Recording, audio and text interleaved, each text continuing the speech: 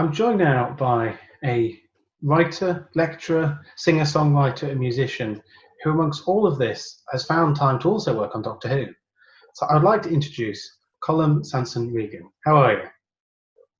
Hey, how are you doing? I'm very well, thank you. How are you, Alex? Not bad, thanks. And you're keeping yourself busy with all this, so many different things you do. Yeah, I mean with the writing and stuff, that kind of all happens at home anyway. So yeah, the only difference being that the house is not as quiet as it otherwise might be. But no, it's okay. It's okay. I'm just really looking forward to getting out and playing music again whenever the venues are going to open. But who knows? Of course, yeah. So I suppose, what came first? What was it? Music, writing, or acting? When I was a kid in Ireland, I did acting. When I was a teenager, I did a lot of acting, and then I started playing music. And I stopped being interested in acting. Really, I mean, I was still interested in it, but music became the thing. And I haven't acted since, really. I mean, the stuff I did with Doctor Who, I wouldn't call it acting. It was, being a body double. So I do think that the kind of background I had in terms of the type of, feeling comfortable being in that position, and kind of knowing what was going on and kind of acting sense what people were doing and what my job was very helpful. But I wouldn't say it was acting. But no, so in Ireland it was kind of acting first, then music came along, and then gradually writing kind of kicked in later then. Was it always the given then that you wanted to, I suppose, continue that acting by doing supporting artist work? The supporting artist work, that's an interesting question. The supporting artist work I took on because I was writing and recording my own music, and I just needed cash, basically, and because with the supporting artist, you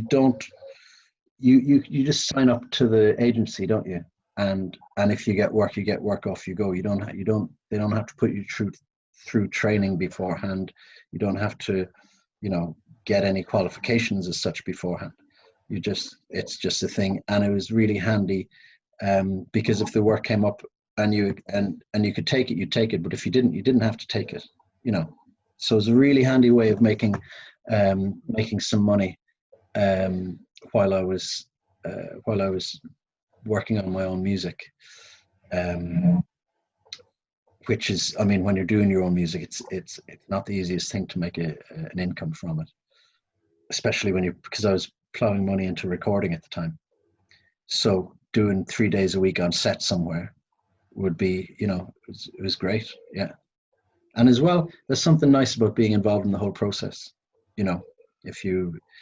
Especially if you're a fan of a show or something like that, then it's nice to be involved in it. So would Doctor Who have been a fairly early supporting artist job for you? No, it was before. That was the body double stuff I did for David Tennant was probably the last proper job I did as a supporting artist. Before that, I was in Torchwood. I was one of the monsters in Torchwood. I was background artist in various other scenes in Doctor Who, and for some other programs as well. I mean, I was Casualty, of course. Every background artist has done the Casualty thing, and little series and films that were being shot around Bristol and the Southwest I would have been called into. But after doing the David Tennant body double thing, going back to just regular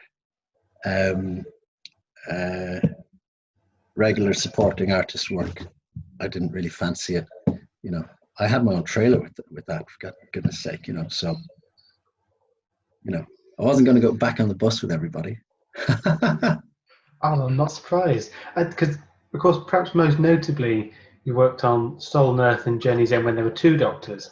But that Yeah. wasn't the first time you doubled David there, was it? No, the first time was the Kylie Minogue Christmas special. That was the one. So that was my first, and that was being shot during the summer. And that summer I was doing festivals around the UK, and the call came in, could I come in the next morning? So when I went in the next, but there was no details about what they wanted. They didn't tell me. They said, we might have to cut your hair. My hair was quite long at the time. I said, that's fine.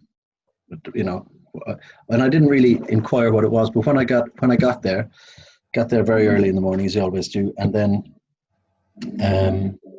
the AD came along and said, oh, great, Colum, you're here. I'll show you where your trailer is. And I thought, she doesn't, obviously she thinks I'm the wrong person, there's something going on here, and showed me the trailer, and then opened up the door. And when I went in, there was on the hanger, there was a suit. There was Tennant's suit. And then as she closed the trailer door, she handed me the script and said, you'll be needing that. And I went, she closed the door, and I was left looking at the suit and the script, and I'm thinking, this is so I called her back. I had to shout her and say, please, what the hell is going on? So she said, oh, well, we need a body double for David today. And they'd already shot the scene with the close-ups on David. So they needed to track the rest of the actors, basically. So what I had to do is I had to learn the lines so that the other actors knew, you know what I mean, so that it fit in with the scene, basically. I was told exactly where to stand, exactly when to move, so it copied the take that was done the day before. But all of that was because, first of all, I went into the makeup trailer and they started cutting my hair. And then, because nobody told me that Kylie Minogue was going to be on it. And then, so this little Australian woman in a French maid's outfit came along and introduced herself as Kylie, and it was nice to meet me. And I said, thanks very much. And as she walked away, I was thinking, I'm being fitted for a Doctor Who costume, and Kylie Minogue is, in the chair next. It was all very strange.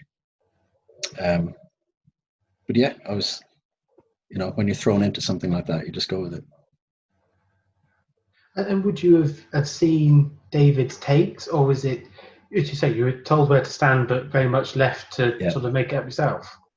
Yeah, no, they had some rushes from the day before, so they showed me because I was trying to get my head around it as well. So before the scene, they'd shown me basically what they had from the day before. But for that was only for that one scene. For the other scenes, I just trusted what the director was telling me. You know what I mean? I was like, okay, whatever. But at the start, yeah, they helped me out in terms of kind of giving me the bigger, the bigger plan, saying this is what's going on here, because I must have looked like a deer in the headlights, So they. So then there's some other shots that they kept me on for, and then that ran. Then I did that for like the whole week, and they kept getting me back then for that episode. And then I thought that would be it then, but they got me back a few other times before the Double Doctor episode. I was in another few times because I think they thought, well, if we've got a second unit with Colum on the docklands somewhere running, David doesn't have to do that running. He can be on set doing something else, and we can just do that quick little shot of because I got quite good at running, like David Tennant. I used to practice it, you know. So you must have to spend quite a lot of time trying to sort of absorb his mannerisms then. Was it not until the Double Doctors you actually met him? No, I met him. I met him when he came back to set on the Titanic one, on the Kylie Minogue one, because they kept me on when they often you've got the main artists will have a stand-in for when they're setting up the shot, so that the artist doesn't have to stand there while they're getting the lights ready and all that kind of stuff.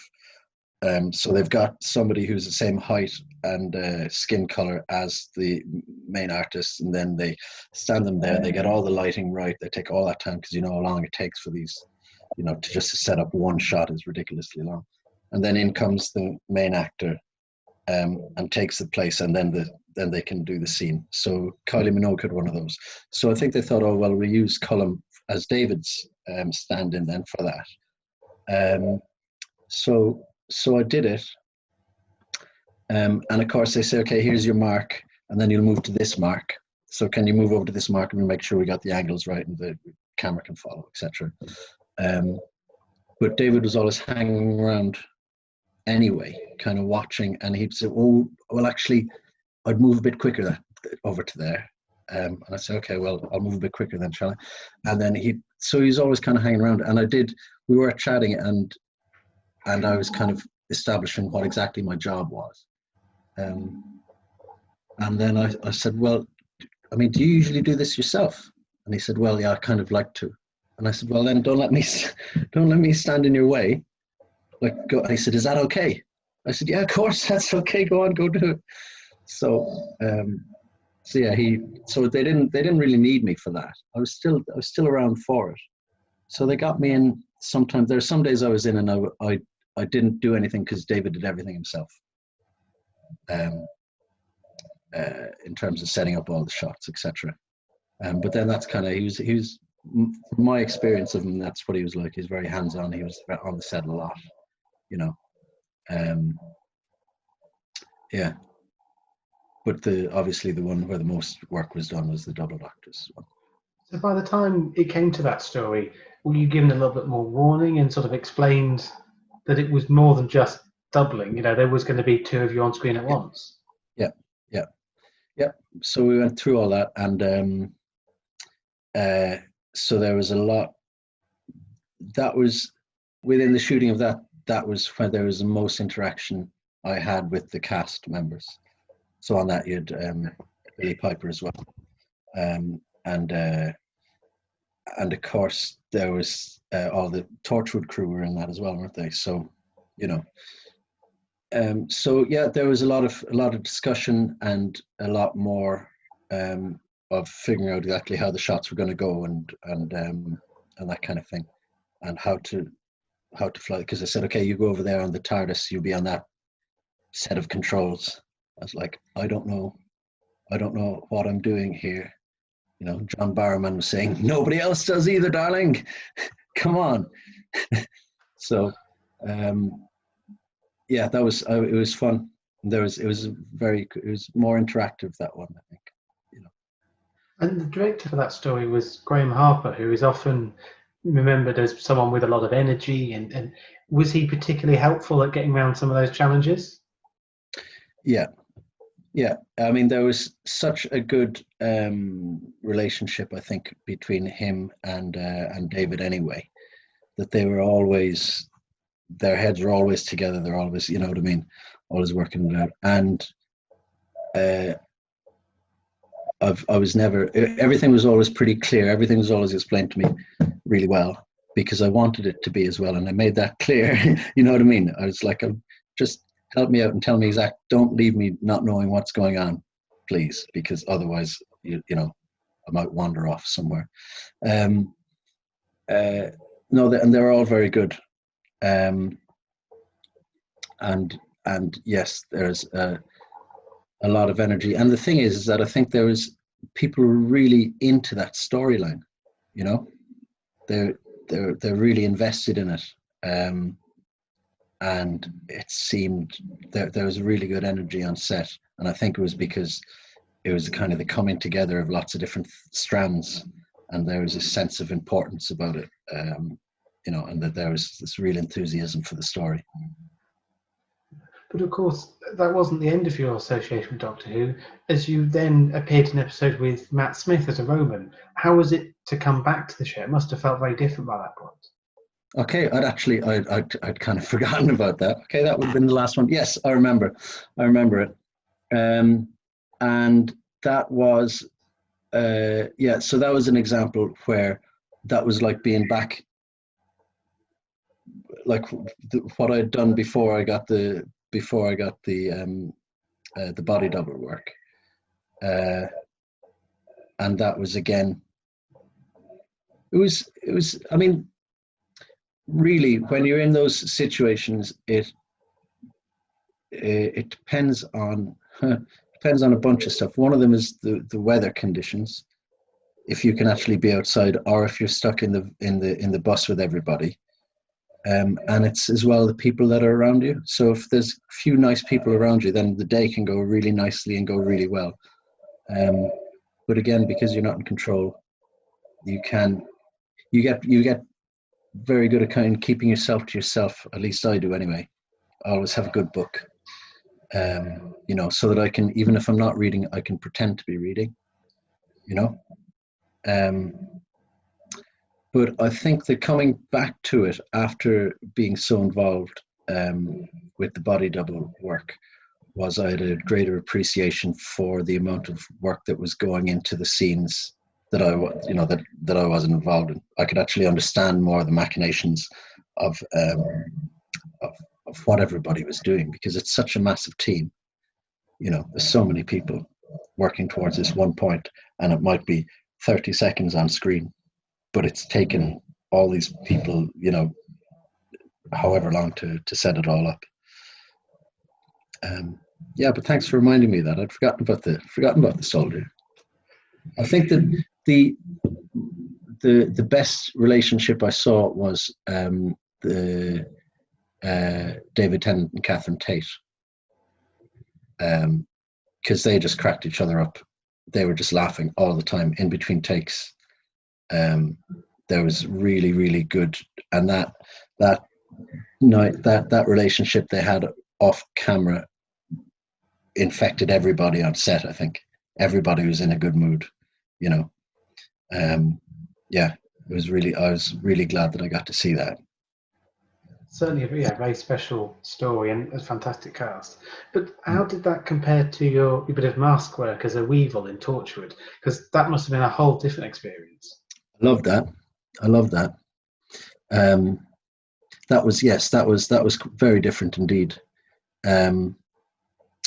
And because as well, that was like filming at night at one point we were in a car park that had been cleared, you know. Another time it was the back alleys of Cardiff, in the late hours of the night, so there's just people kind of coming out of clubs and stuff, and here you were in this grotesque outfit. Another one was shooting in a church. Was it an old church? Maybe it was abandoned, but it was definitely an old church up in the valleys somewhere that had been you know, made up like a kind of a weevil's nest or something, or you know, it was very elaborately made up, the whole set. And I really enjoyed that because there was a sense of being something else, you know, not being like a soldier standing there, and the only difference between you and the soldier is that now they've put a hat on you. So therefore, but this was actually, you've had to get into this costume, and you've got to move differently. There's more acting involved, definitely, in the Weevil thing. There's more acting, even though you're all covered up. So I enjoyed that. I really did enjoy that. Yeah. Yeah. So had you continued with the supporting artist work, do you think that's the route you would have gone down, more the masked creature work? Yeah, I would have preferred to, I think. Yeah. Because like I said, there's more opportunity to act and to try and, to actually get into a character, because you are, and I enjoyed the creepiness of it, like that shooting late at night and kind of dark corners and, all that stuff. I really enjoyed that. Yes. So the answer is yes. I would have gone down the masked character route. Yeah. And was it amongst your time on set, in that sort of wonderful world of make-believe, that the writing started to take shape? No, I mean, the writing has been a thing for me anyway since I was a teenager, and when stuff started to take shape, because I went to uni when I was like 30, because before that I was just when I left school, I just picked up the guitar, and that was it. I didn't want to go back into education, or just wanted to play my guitar. So I ended up going back, and that was when I kind of thought, right, I'm going to have to take this writing thing seriously.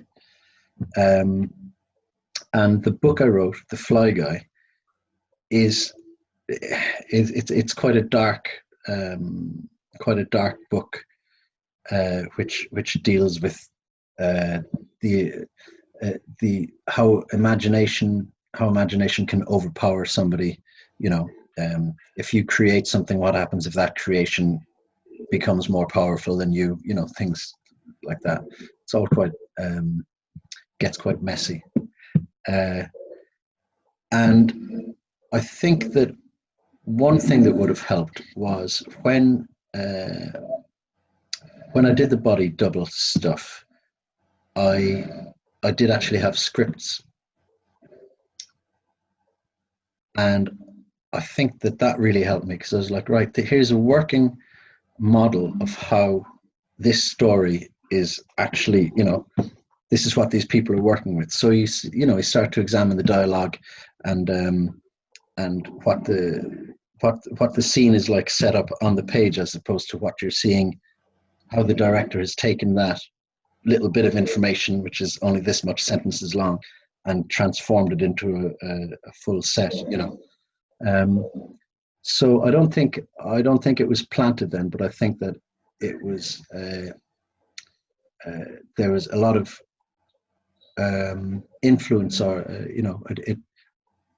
I really enjoyed the process, because it showed me how successful writing can be done, I guess. So was the whole process of your first book, it obviously felt very natural, but did it sort of come very easily to you then?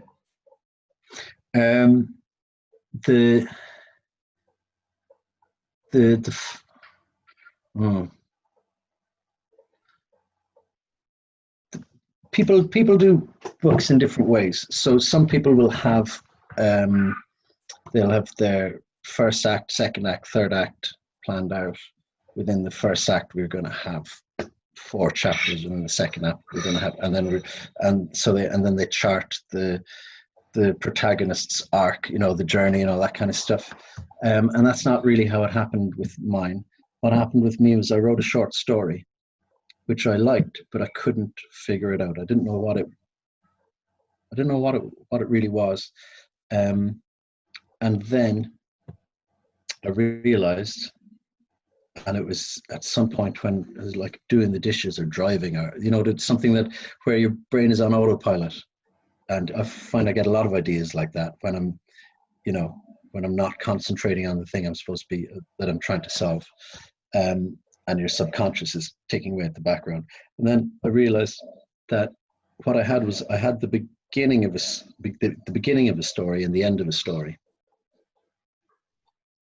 So I realized just the very start of a book and the very end of a book, and I knew kind of how they connected. But the reason the short story didn't work is because nobody else could figure that out, because I actually hadn't written. So I thought, right, I got to write the middle. And that's how I started.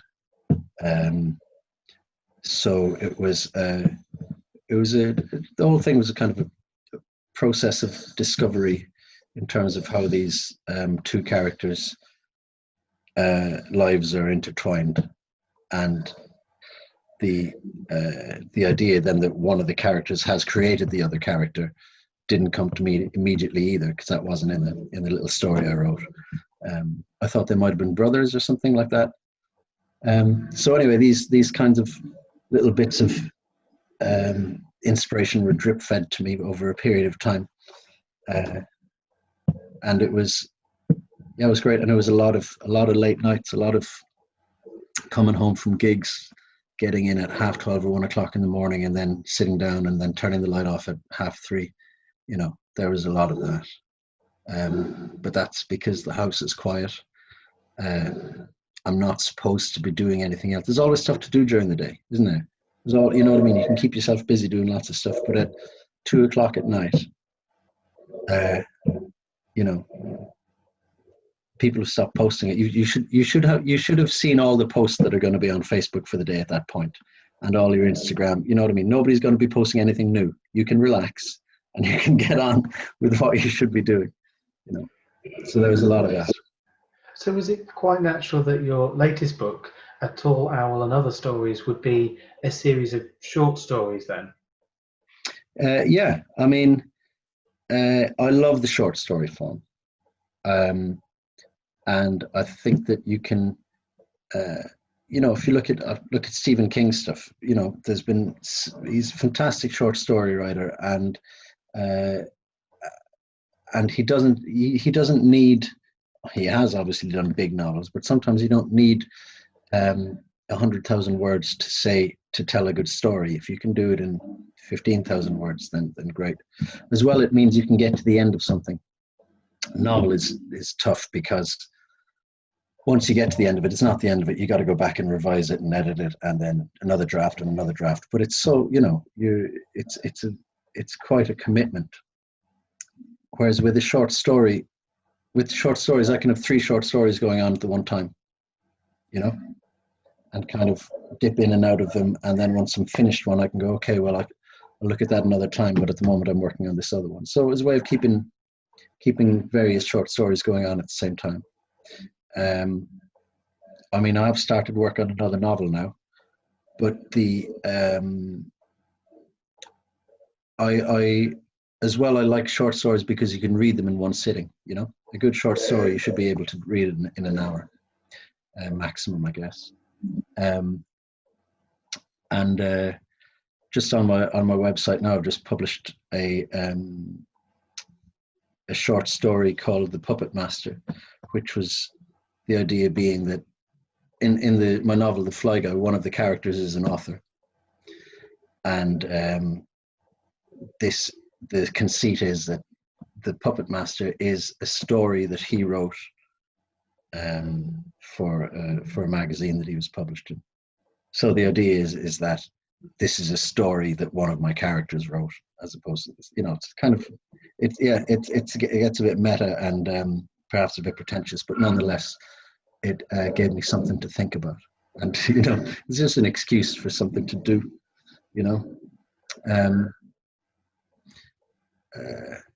but yeah, the Tall Owl and Shorts and Other Stories, it's not released yet. It was supposed to be released in May, but it's been postponed, so it'll be out soon. Not sure when exactly.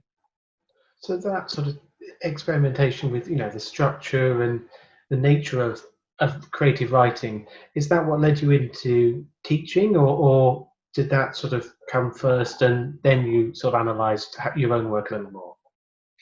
That's a good question. I think the two, it kind of happened symbiotically, I guess. I mean, I love storytelling. I've a real deep love for folk tales, for kind of archetypal stories that we tell each other. I do, I love reading, and I think that when I went to uni and I kind of started investigating this, I think I started to realize how much I already knew, in a way. Obviously, I was learning a lot, but at the same time, I was saying, okay, this is just putting into words stuff that I'm already quite aware of, and that I know that I love. And so when I started teaching myself, what I always try and do with the students is to try and investigate their own relationship with how they with stories. Like, what are the stories you love? Why are you drawn to this particular type of story? And now we can identify that. Let's try and subvert it. Let's mess around with it. Let's how can we mess with it? That's what I like to, because I do think that if you're gonna find what you're, you kind of have to stir the pot and take things out and put them back again. If you, it's similarly with music. Sometimes you have to, if you say, okay, I'm a big fan of jazz, for instance. Well, then in that case, go right down the rabbit hole. Go right down the jazz rabbit hole, and you'll find jazz you don't like, because you can't love all kinds of jazz. You'd be crazy. And find the stuff. Find out where your kind of limits are with things. It's like saying, oh, I like all science fiction. Okay, well, let's examine then. Let's go back to H.G. Wells and beforehand, and let's see where all that came from in the first place, and where it is now, and what's in between, and if you like it, then how can you mess with it? How can you switch it around to do something creative with it? So I don't really know. I don't know if that answered your question at all, to be honest. That sort of examination and exploration of where anything comes from has now also fed into your music with your latest project you're working on. Yeah, that's I've been working on an album of folk songs. So these are old songs which are songs where the songwriter or the author of the song aren't identified. It's too old. So you get and it kind of ties into the love for folk tales as well. So you get the natural way of these things being communicated is people singing them to each other or telling them to each other in a kind of a small social environment. So when I'm talking about folk songs, it's not how these songs were passed down one to the other has not been through streaming or downloads or whatever. We're back to sitting around a fire singing songs in order to tell stories, and those stories are about a specific place in time. And so as the melody gets passed around, so the song travels from one place to another, then often the lyrics change because of the context in which the song now sits, as opposed to where it was before. So for instance, there's some songs on there. So the songs that I'm recording would go from 1700s to kind of early 20th century. But there's one song, for instance, which would have started out as a song in the UK, and then there's evidence of it being brought over to the States, where then the lyrics are changed, and then it's brought back, and there's it's written down and sung in Ireland, where again it's been some of the verses are left out, and so it's like it's following. I love following this kind of where these have been how they've morphed, how they've changed, and it would be nice if there wasn't a full stop on that, if it just kept going, you know. But that would mean that people would still have to like it, and you know, and pay attention to it, and get their music from more places than they do now, really, I think, you know. Well, on the note of continuing that journey and things to come, I think it's a lovely opportunity to say thank you very much for your time, Colin. It's been great to talk to you about some of the many things that you do. Thank you. Thanks, Alex, and thanks for being patient with me withering on and off subjects and back on stuff like that. Yeah, really nice talking to you, man.